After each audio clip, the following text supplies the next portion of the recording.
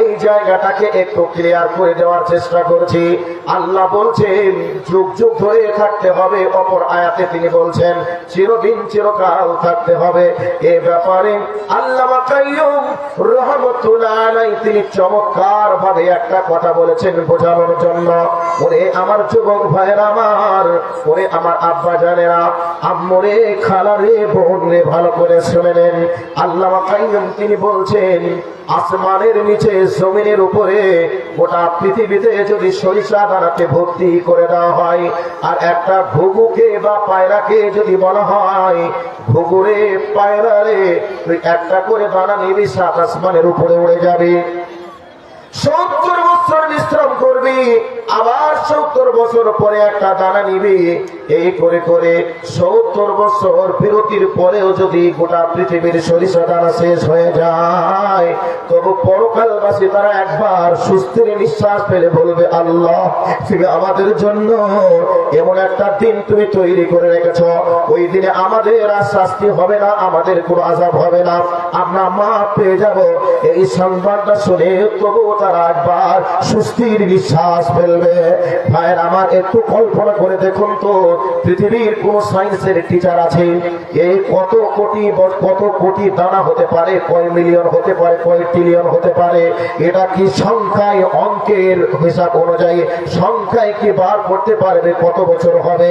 কেউ বার করতে পারবে না, ক্যালকুলেটর ফেল হয়ে যাবে, গণিতের সব কিছু ফেল হয়ে যাবে, কিন্তু কোটি বছর হবে, কয় হাজার বছর হবে, হিসাব করে বার করা যাবে না।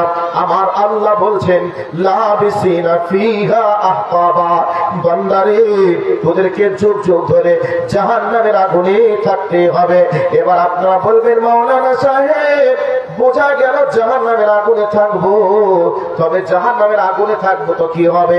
এবার আল্লাহ পাক বলছেন লা ইয়াযুকুনা ফিহা বারদাও ওয়ালা শারাবা। আল্লাহ পাক বলছে বান্দারে ওই জাহান্নামের আগুনে তোদেরকে পুড়তে হবে, ওই জাহান্নামের আগুনে তোদেরকে এমন ভাবে তাপ দিবে তোদের কলিজা পর্যন্ত স্পর্শ করবে। ওই জাহান্নামের আগুনে তাপ যখন তোরা গ্রহণ করবি, তাপ যখন তোদেরকে মারবে, এবং পিপাসা তোদের লাগবে, এই অবস্থায় তোদেরকে লা ইয়াযুকুনা ফিহা বারদাও ওয়ালা শারাবা। আল্লাহ পাক বলছে বান্দা সেদিন তোদের জন্য ঠান্ডা কোনো পানির ব্যবস্থা থাকবে না, যে একটু ঠান্ডা পানি পান করে তোদের কলিজাকে একটু ঠান্ডা শান্তি দেবে। রমজান মাস চলে আসে, প্রচন্ড রোদের তাপে এই সময়তে আমরা মনে মনে করি আহারে একটু পানি পেলে কতই না ভালো হতো। ইফতারের সময় বিভিন্ন ঠান্ডা পানি, বিভিন্ন কোল্ড ড্রিঙ্কস নিয়ে আমরা রেডি থাকি, যাতে করে একটু ঠান্ডা পানি কোল্ড ড্রিঙ্কস পান করে আমাদের তৃষ্ণাকে নিবারণ করে আমাদের আত্মাকে শান্তি দিতে পারি। এই জন্য ঠান্ডা পানিকে আমরা অনুভব করি, ঠান্ডা পানিকে প্রয়োজন মনে করি। কিন্তু আল্লাহ বলছে বান্দা তোমাদেরকে জাহান্নামের আগুনে চিরকাল চিরদিন তোমাদেরকে পড়তে হবে। এই অবস্থায় তোমরা পানি পানি করে চিৎকার করবে রে, লা ইয়াযুকুনা ফিহা বারদাও ওয়ালা শারাবা, ঠান্ডা পানির ব্যবস্থা থাকবে না, ইল্লা হামিমা ওয়া গাসসাকা। আল্লাহ পাক বলছেন তোমাদের জন্য গরম ফুটন্ত পানির ব্যবস্থা থাকবে। মানুষ এই গরম ফুটন্ত পানি পিপাসা নিবারণ করার জন্য গরম ফুটন্ত পানি পান করবে। এই অবস্থায় মানুষ সেদিন আল্লাহকে বলবে মাবুদ রে এত গরম ফুটন্ত পানি কেমন করে পান করব? লম্বা ঘটনা আমি সংক্ষেপে বলে দিই বন্ধু, কোন পরিস্থিতি কোন পরিবেশ হলে মানুষরা এমন করতে পারে আপনাদেরকে বলে দিই। আমার চোখে, নিজের চোখে আমি দেখেছি একজন মানুষকে ক্যান্সার রোগ হয়েছে। ওই ব্যক্তিকে দেখতে গেলাম, দেখতে যাওয়ার পরে দেখছি বরফের গোটা দানা, ওই বরফের গোটা দানা দেখছি কর্মর করে চিবিয়ে খাচ্ছে। আমি তাকে বললাম আপনার কি কষ্ট মনে হচ্ছে না বরফ খাচ্ছেন?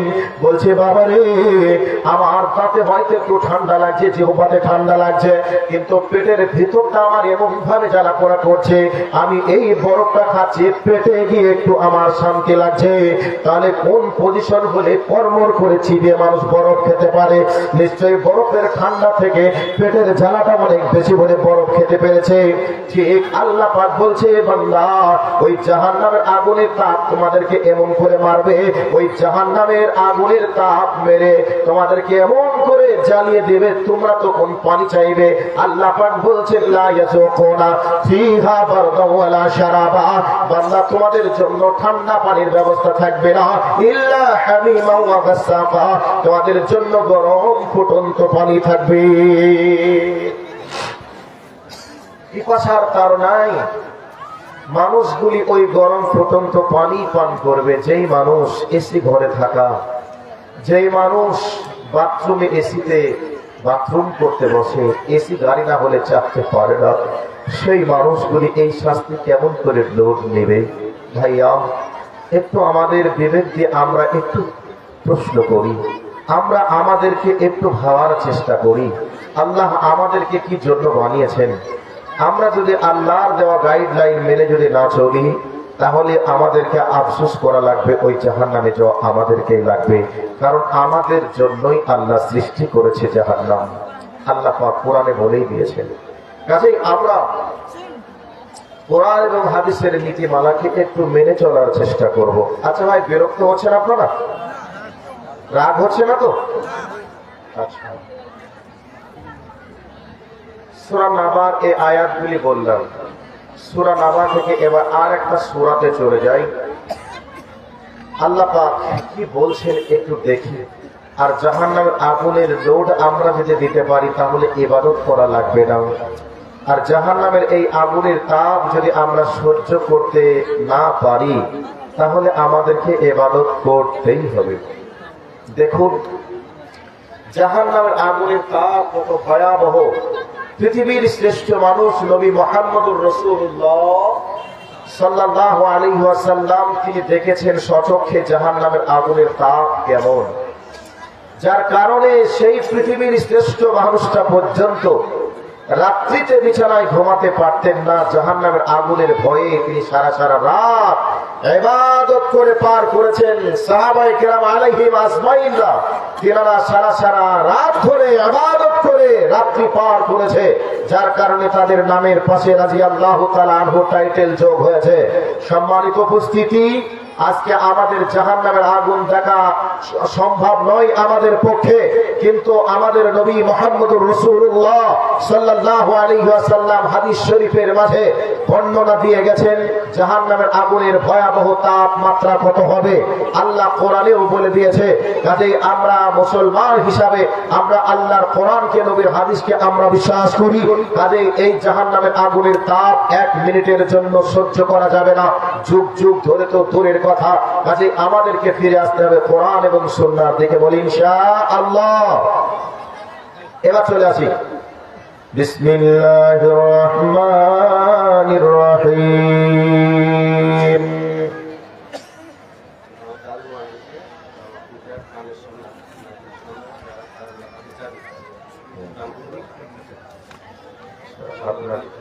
আপনার দিদা, তাই তো? আপনার দাদার নাম মোহাম্মদ হানিফ হাজি। মোহাম্মদ হানিফ হাজি সাহেব আমার ডান হাতে যিনি দাঁড়িয়ে আছেন, এনার দাদা। আপনার দাদা দাদাও মারা গেছে, ওনার দিদিও মারা গেছেন। ও মানে আপনার দিদা, দিদা বলতে দাদর স্ত্রী তো? ও দাদর স্ত্রী, আমরা দাদি বলি, ওই জন্য বুঝতে পারছি না। তো যাই হোক, ওনার দিদা একটা কি আছে, সোনা, কানের সোনার কানের আছে, নাকের সোনার নাকের আছে, আর হাতের আছে চাঁদি, আর একটা কাঁথা উনি দান করেছেন নবীজির এই মাদ্রাসাতে। বিনিময়ে ওনার স্বামী চলে গেছে নীরব নগরের মাটিতে, উনি বিধবার সাজসজ্জা গ্রহণ করে রয়েছেন। ওনার স্বামী রুহের মাগফিরাতের জন্য এত কিছু দিয়েছেন। আল্লাহ ওনার দানকে কবুল করে নাও, আর ওনার স্বামীকে তুমি জান্নাতি মেহমান বানিয়ে দাও, বলি আমিন।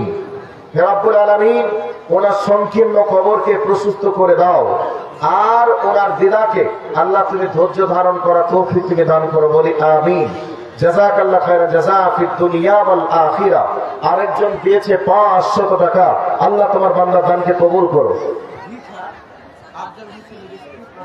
ও ও ভিটার আফজাল হোসেনের স্ত্রী 5,000 টাকা দিয়েছে। মাশাআল্লাহ, জাযাকাল্লাহ খাইর জাযা ফিদ দুনিয়া ওয়াল আখিরাহ।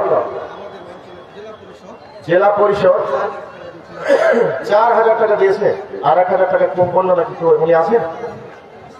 4,000 টাকা দিয়েছে। মাশাআল্লাহ, জাযাকাল্লাহ খাইর জাযা ফিদ দুনিয়া ওয়াল আখিরাহ।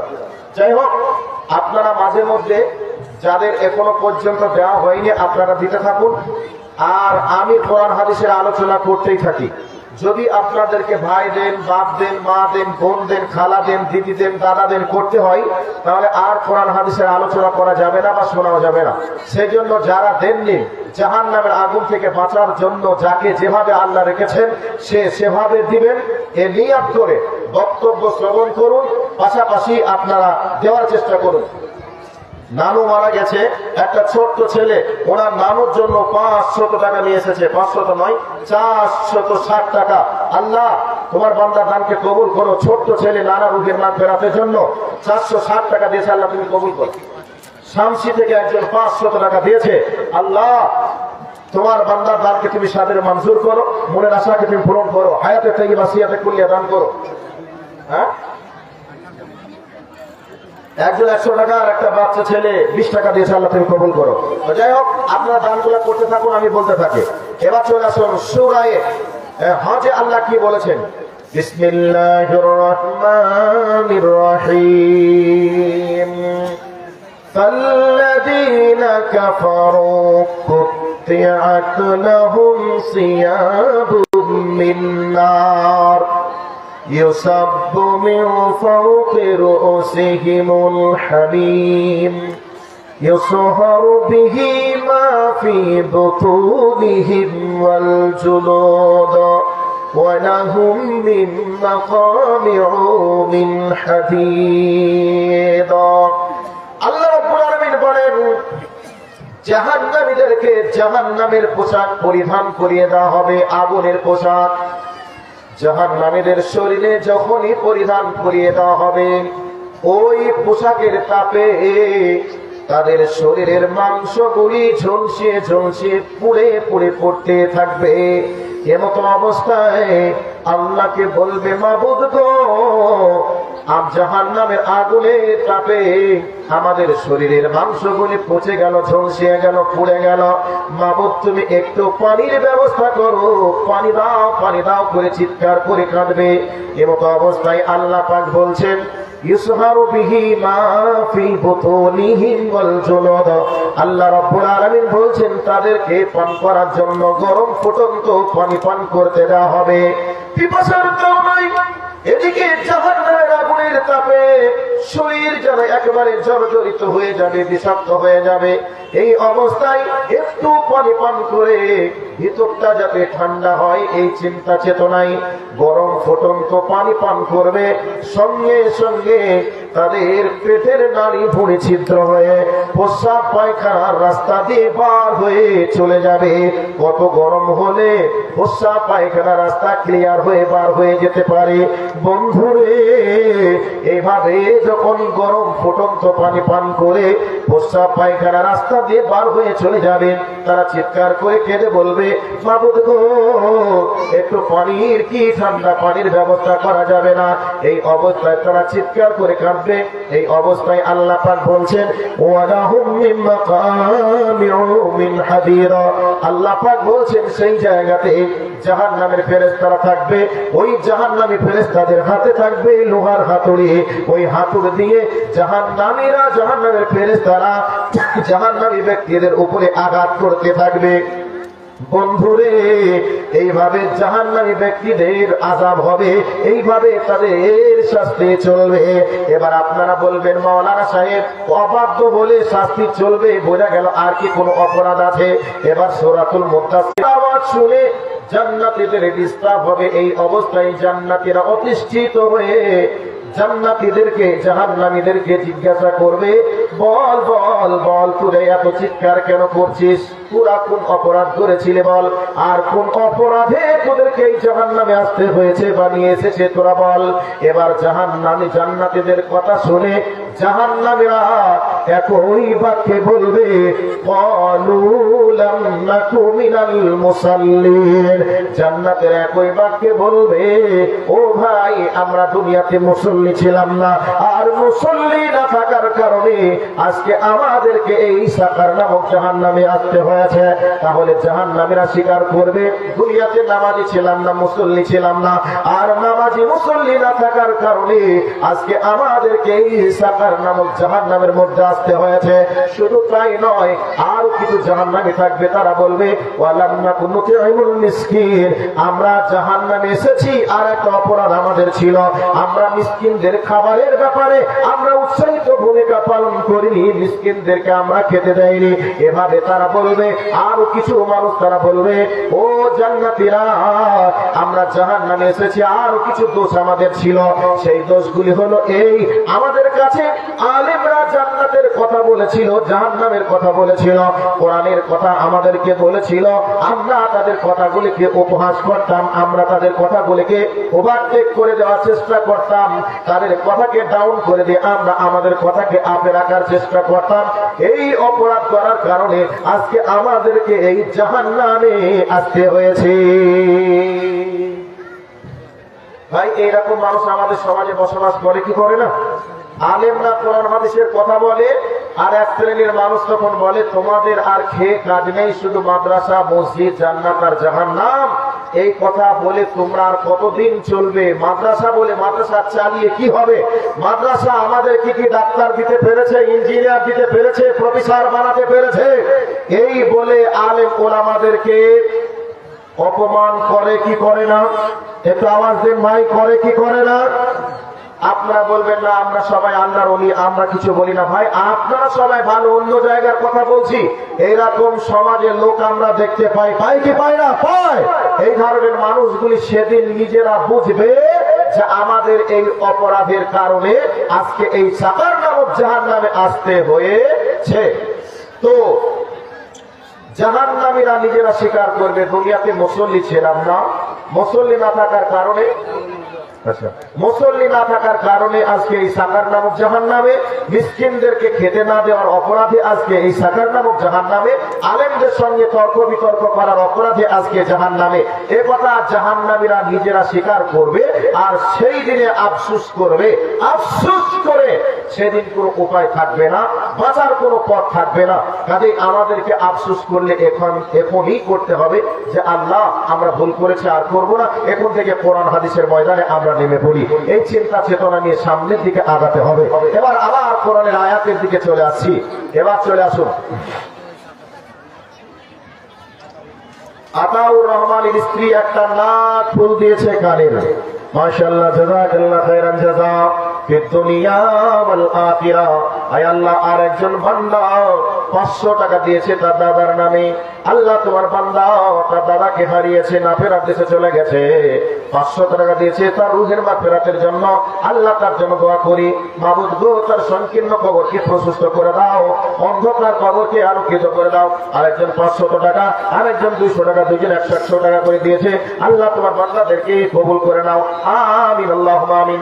একজন আল্লাহ তোমার কোরআন দান করেছে, আল্লাহ গো তোমার কোরআনের জন্য আজকে তোমার কোরআন দান করেছে, মাবুদ গো ওই ব্যক্তিকে তুমি দ্বীনের খাদেম হিসেবে কবুল করে নিও, কোরআন মতো দুনিয়াতে চলার মতো সুযোগ দিও, আমিন আল্লাহুম্মা আমিন। আয় আল্লাহ, একজন 100 টাকা দিয়েছে, তোমার বান্দার দানকে তুমি সাদরে মঞ্জুর করে নাও, আমিন আল্লাহুম্মা আমিন। ভাই আমার, আপনাদেরকে বলেছি বক্তব্য যদি শুনতে হয় তাহলে আপনাদেরকে দান যেন আমাকে চাইতে না হয়। আপনারা চলে আসবেন, আপনাদের জন্য দোয়া করে বিদায় নেব। আর আপনারা যতক্ষণ থাকবেন বা আমি যতক্ষণ সময় পাবো ততক্ষণ আপনাদেরকে কোরআন এবং সুন্নাহকে সামনে রেখে কিছু কথা বলবো। সেই জন্য মা ও বোন আপনাদেরকেও বলছি, আপনারা যারা এখানে এসেছেন কমপক্ষে এই মাদ্রাসার জন্য 500 টাকা করে দেওয়ার চেষ্টা করবেন। যদি বলেন না 500 দিতে পারবো না, আপনি 200 টাকা দিবেন, 200 না পারলে 100 টাকা করে দিবেন। 100 যদি না থাকে 50 টাকা না দিয়ে যাবেন না। নিহায়াত আপনার কাছে যদি না থাকে নিহায়াত যদি আপনার কাছে নাই থাকে তাহলে আপনি কম পক্ষে 20 টাকা 10 টাকা যা আছে আল্লাহ تكاد تميز من الغيظ كلما ألقي فيها فوج سألهم خزنتها ألم يأتيكم نذيرا আল্লাহ রাব্বুল আলামিন বলেন জাহান্নামীদেরকে যখন জাহান্নামের নিকটে নিয়ে যাওয়া হবে জাহান্নামীরা জাহান্নামের আগুনের গর্জন শুনবে এই অবস্থায় জাহান্নামের যারা গেটম্যান থাকবে পাহারা আলেমদের কথাগুলিকে আমরা মিথ্যা প্রতিপন্ন করতাম যার কারণে আজকে আমাদেরকে এই জাহান্নামের আগুনে আসতে হয়েছে এইভাবে জাহান্নামীরা নিজেরাই সেদিন দেখবে আর সেদিন তারা স্বীকার করবে এবার গেটম্যানরা বলবে ওরে হতভাগা কপাল পোড়া দলেরা তোদের কাছে কি কোনো নবী যায়নি তোদের কাছে কি কোনো আলেম ওলামা যায়নি এই জাহান্নাম কত খতরনাক জায়গা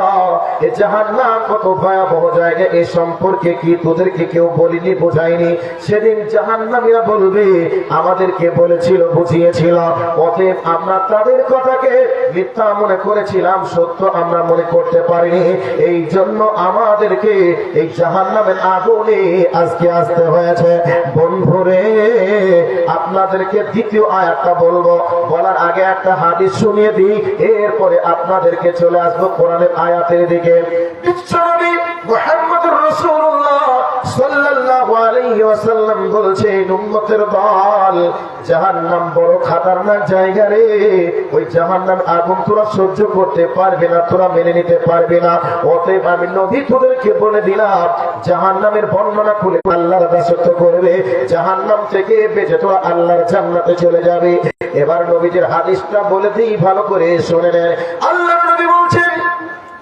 জাহান্নামীদের শরীরের বর্ণনা দিতে গিয়ে নবী আমার বলছেন ওয়াইদা মাদলাসাহু কামা বাইনাল মাক্কা ওয়াল মদিনাতা নবী আমার বলছেন একজন জাহান্নামী ব্যক্তি যে জায়গায় বসে থাকবে ওই জায়গাটা হবে মক্কা মদিনার সমান দ্রুত হবে এবার আপনারা বলবেন মাওলানা মক্কা থেকে মদিনার ডিসটেন্স কত হবে মক্কা থেকে মদিনার ডিসটেন্স হবে 100 কিলোমিটার নয় 200 কিলোমিটার নয় নবী আমার বলছেন বাইনাল মাক্কা ওয়াল মদিনাতা মক্কা এবং মদিনার সমান দ্রুত একথা নবীজি বলেছেন কিন্তু এই মানে মক্কা থেকে মদিনার ডিসটেন্স কিলোমিটার হিসাব করে 480 কিলোমিটার রাস্তা তো 480 কিলোমিটার এত লম্বা করে দিবে 480 কিলোমিটার জায়গা নিয়ে বসে থাকবে একটা জাহান্নামী ব্যক্তি এই কাঁধ থেকে এই কাঁধের দ্রুত হবে একটা দ্রুতগামী প্রাণী একদিন এক রাত ছুটবে একদিন এক রাত ছুটে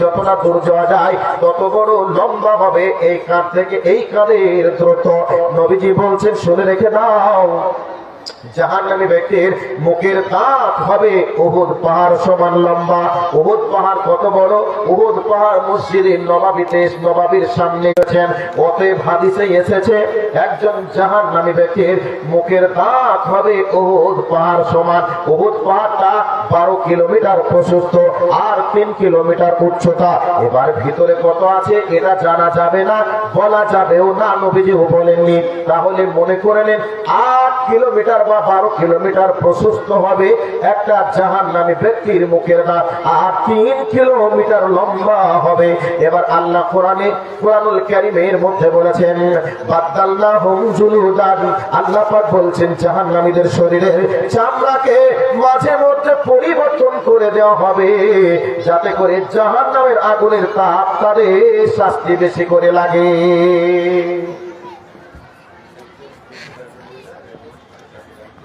একজন মহিলা 200 টাকা আর চাঁদির একটা আংটি আর আমার হাতে দুইজন 500 1000 টাকা দিয়েছে আর একজন গতকালকে মারা গেছে রেজাউল করিম ওনার ছেলে 1000 টাকা দিয়েছে দেখুন তো গতকাল হতে পারে বা গত পরশুদিন আমাদের মতোই তিনি রিজাউল করিম সাহেব উনি ওনার গন্তব্যস্থলে পৌঁছে গেছেন। ওনার ছেলেরা ওনার রূহের মাগফিরাতের জন্য 1000 টাকা দিয়েছে।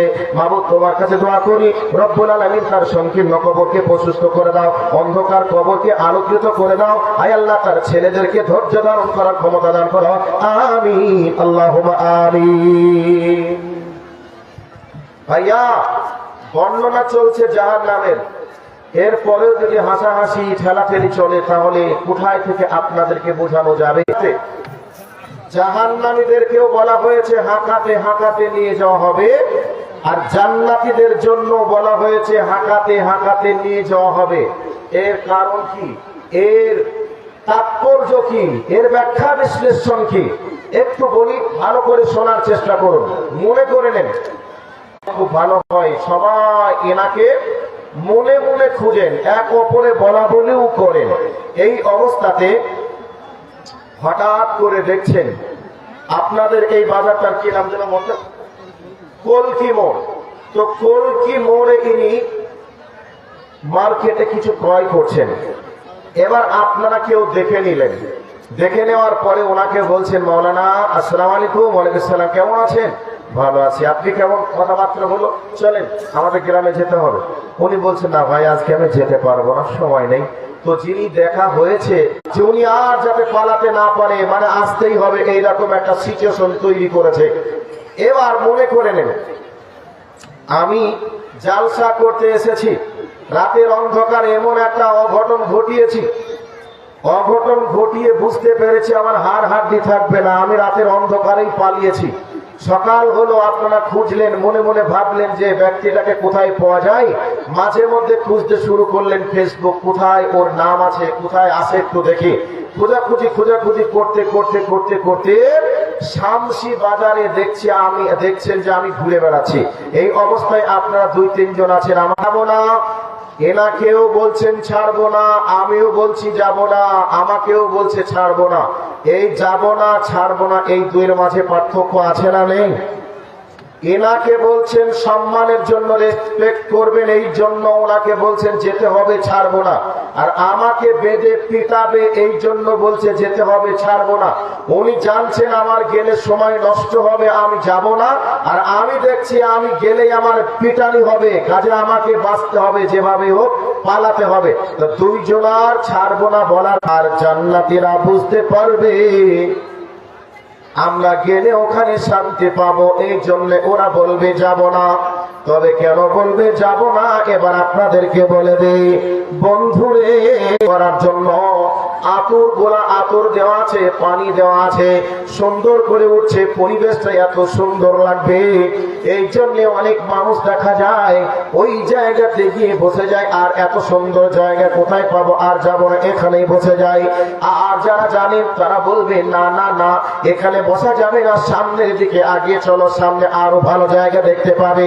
এবার ভিতরের দিকে যখন ঢুকবে, সুবহানাল্লাহ সুবহানাল্লাহ, মসজিদে নববীকে করে না, এটা যতই সুন্দর হোক, মসজিদে যা ভিতরের দিকে যাব, যে জায়গায় বিশ্ব নবী আমার মসজিদে ইমামতি করেছেন, হযরতে বিলাল আযান দিয়েছে, মিহরাবের কাছের দিকে যাব, তাহলে আরো সুন্দর হবে। এই করে করে যদি আপনি রিয়াজুল জান্নাতের ভিতরে ঢুকে যান, নবী আমার বলেছে রিয়াজুল জান্নাতটা হচ্ছে দুনিয়ার জান্নাতের টুকরা, ওই রিয়াজুল জান্নাতের ভিতরে ঢুকে যাবেন। জান্নাতের ভিতরে যেমন হইচই থাকবে না, কোনো টেনশন থাকবে না, রিয়াজুল জান্নাতে ঢুকে যাবেন, কোনো হইচই থাকবে, দেখবে এইরকম বলবে কি বলবে না। ঠিক তেমনি ভাবে জান্নাতীদেরকে হাঁকাতে হাঁকাতে নিয়ে যাওয়া হবে, তার কারণ হলো জান্নাতেরা এত সুন্দর জায়গা দেখিনি, দেখবেই বা কি করে।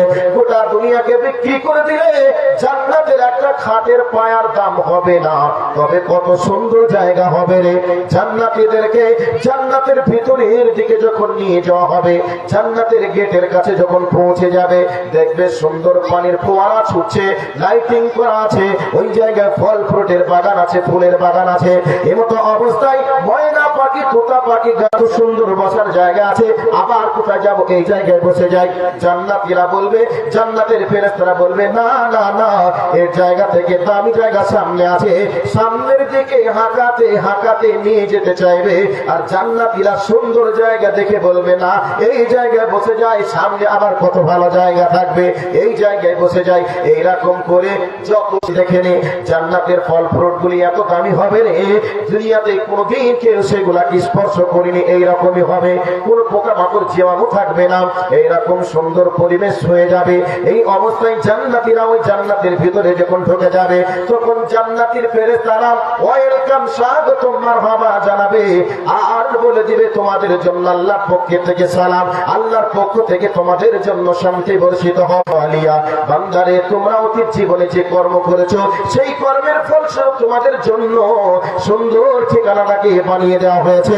অতএব এই জান্নাতের ভিতরে খাও আরামে বিন্দাস ঘুমিয়ে ঘুরে বেড়াও, কোনো টেনশন নেই, টেনশন নেই। এই জন্য আল্লাহ পাক বলছেন, ওয়াসিকাল্লাযীনা তাকাউ রাব্বাহুম ইলাল জান্নাতি যুমারা হাত্তা ইযা জাউহা ফুতিহাত আবওয়াবুহা ওয়া ক্বালা লাহুম খাযানাতুহা সালামুন আলাইকুম তিবতুম ফাদখুলুহা খালিদিন। জান্নাতের ফেরেশতারা জান্নাতটা মুমিন মুসলমানদের জন্য আল্লাহ তৈরি করে রেখেছেন। আমার ভাই, আমার বন্ধুরা, বেঈমানরা, ইহুদি খ্রিস্টানরা পৃথিবীতে তারা সুপার পাওয়ারে বসে পৃথিবীর সব সুখ তারা ভ্রমণ করে, সুখ তারা উপভোগ করতে পারে, পৃথিবীর দামি ফ্লাইটের তারা মালিক হতে পারে, কিন্তু তাদের কপালে আল্লাহর জান্নাত জুটবে না। কপালে জান্নাত তাদের জুটবে যারা এই দুনিয়াকে কোরআন হাদিস দিয়ে চালাতে পারবে। এই জন্য আমি বলতে চাই, আমার বাবা জীবন যারা বসে আছেন, আমার মা বোনেরা যারা বসে আছেন, তাদের সকলের কাছে বলবো, আজকের দিনে জান্নাত ক্রয় করার মতো একটা সুযোগ পেয়ে গেছেন। আল্লাহকে বলবেন, আল্লাহ রে, আমার কাছে 5,000 নেই, আমার কাছে 500 আছে, আমার কাছে 10,000 নেই, 1,000 আছে, আমি তোমার নবীর মাদ্রাসার খেদমতের জন্য 500 টাকা দিব, 1,000 টাকা দিব। মানবেন 500 টাকা যদি না থাকে, আপনার কমপক্ষে 100, 200, 300 করে দিবেন। প্রত্যেকটা মায়ের কাছে বলবো, প্রত্যেকটা বোনের কাছে বলবো, কারণ এই মাদ্রাসা যতদিন আছে ততদিন জান্নাত জাহান্নামের কথা আপনারা শুনতে পাবেন। যেদিন মাদ্রাসা বন্ধ হয়ে যাবে, সেই দিন জান্নাতের কথা বলা লোক থাকবে না, জাহান্নামের কথা বলা লোক থাকবে না। এই জন্য প্রত্যেকের কাছে হাত জোর করে অনুরোধ জানাবো, এই মাদ্রাসার জন্য আপনারা 5,000 যদি পারেন 5,000 দিবেন, 5,000 যদি না হয় আপনি 1,000 টাকা দিবেন, 1,000 যদি না থাকে আপনি আর জান্নাতে এত সুন্দর, ওই জান্নাতে যদি টিকিট কাটতে হয় তাহলে টিকিটের দাম তো দেওয়াই লাগে। মাবুদ রে, ওই জান্নাতে যাওয়ার জন্য আমি তোমার নবীর মাদ্রাসা 5,000 দিলাম, 5,000 নেই 500 দিলাম, 1,000 দিলাম, এ নিয়ত করে জান্নাতের লোভে জাহান্নামের ভয়ে প্রত্যেকের কাছে আমি এই আগুন থেকে বাঁচার জন্য আল্লাহ তোমার নবীর মাদ্রাসায় দিলাম, তুমি আমাকে জাহান্নামের আগুন থেকে বাঁচার মতো আমল করা তৌফিক তুমি দান করো। এই নিয়তে আপনারা দিবেন। সকলের কাছে আন্তরিকভাবে অনুরোধ রাখলাম, একজন 200 টাকা দিয়েছে, একজন বাচ্চা ছেলে 20 টাকা, আর একজন 200 টাকা একটা কোরআন মাজিদ, আর একজন 2,000 টাকা দিয়েছে। দুলাল হোসেন পঞ্চায়েত সমিতির মেম্বার, উনি দিয়েছেন 2,000 টাকা। মাশাআল্লাহ, জাযাকাল্লাহ খায়রা জাযা ফিদ দুনিয়া ওয়াল আখিরা, আল্লাহুম্মা সাল্লি আলাইহি, আল্লাহুম্মা বারিক আলাইহি। তিনি আসবেন একটু পরেই। আপনাদের কাছে আন্তরিকভাবে অনুরোধ রেখেছি, ছেলে বাবার জন্য দোয়া চেয়েছে 100 টাকা। আল্লাহ তোমার বান্দা দানকে কবুল করো। তার বাবা যে অবস্থায় আছে, যদি দুনিয়া থেকে থাকে আল্লাহ তার হায়াত বাড়িয়ে দাও, যদি চলে যায় আল্লাহ তাকে জান্নাতি মেহমান বানাও। আমরা চেষ্টা করছিলাম, কিন্তু সময় সাপেক্ষে না হওয়ার কারণে যতটুকু আপনাদেরকে দিয়েছি কমপক্ষে বুঝতে পেরেছেন কত খাতারানা জায়গা। ওই জায়গা থেকে বাঁচার জন্য আল্লাহর হস্তে 200, 100, 500 যে যেমন পারবেন দিবেন।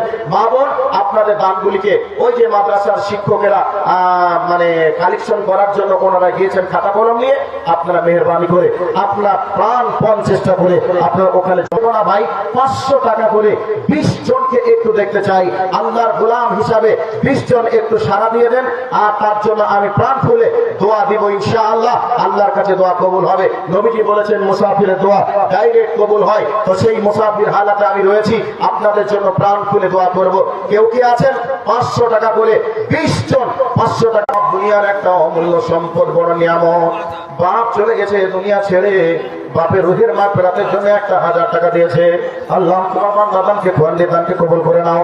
আবার কবরটা তুমি জান্নাতের বাগান বানিয়ে দাও, আমিন আল্লাহুম্মা আমিন।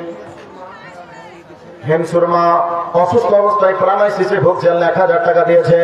আসহাবিল বাসরা বান্না সত্তান্ত সাবিলা সুবহানাল্লাহি সুবহানাল্লাহি ওয়া তাআলা লা বাসা তাহুর ইনশাআল্লাহ।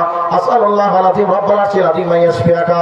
আয় আল্লাহ, আমার ভাই মানে ওনার দাদির পক্ষ থেকে আবার 500 টাকা নিয়ে এসেছেন। ওনার দাদি এর আগে কানে কেউ পেয়ে থাকেন, স্টেজে একটু নিয়ে আসুন, স্টেজে নিয়ে আসুন। যার মা বাবা অবশ্যই তাকে খুঁজে এখান থেকে নিয়ে যাবে। আচ্ছা, আমাদের এখানকার সুলেমান মেম্বার